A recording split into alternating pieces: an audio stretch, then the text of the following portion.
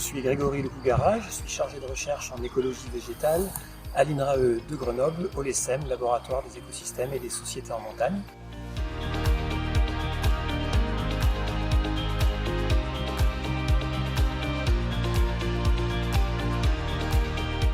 On travaille en collaboration avec le CERAC et le Parc national des Écrins qui sont coporteurs d'un projet qui s'appelle Prédire,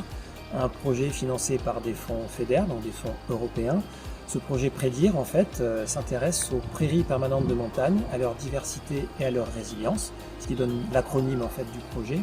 Et l'objectif de Prédire, c'est vraiment de valoriser, de comprendre et de mettre en avant les propriétés et l'intérêt porté par les prairies permanentes de montagne, donc les prairies diversifiées,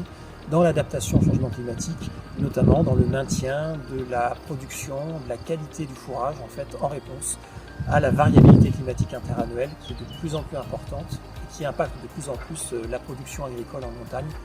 Et dans ce cadre-là, on a une animation particulière qu'on appelle des sorties bout de champ, qui sont en fait des visites de parcelles qu'on organise chez un éleveur, donc sur une ou plusieurs parcelles qu'il a choisies, qui sont un petit peu différentes. Et on fait ces visites de parcelles, ouvertes en fait à tous les éleveurs, toutes les éleveuses intéressées. On fait un bilan sur les usages et les attentes de l'éleveur en fait autour de sa parcelle, quels sont ses objectifs en termes de production, de qualité du fourrage. On apprend à lire la végétation, à regarder les espèces présentes. On essaye de les identifier et de regarder comment on peut lire les propriétés de la parcelle à partir de la diversité des espèces présentes et de la diversité des propriétés, des atouts qu'ont ces espèces.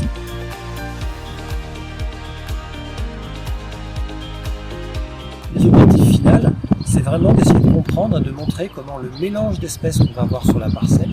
que ce soit le mélange de graminées, la présence de légumineuses, la présence d'espèces diverses, vont contribuer à la résilience de ces prairies. Et comment, en apprenant à regarder leur végétation, on peut en souligner tout leur rôle et leur intérêt en fait par rapport à cette résilience au changement climatique.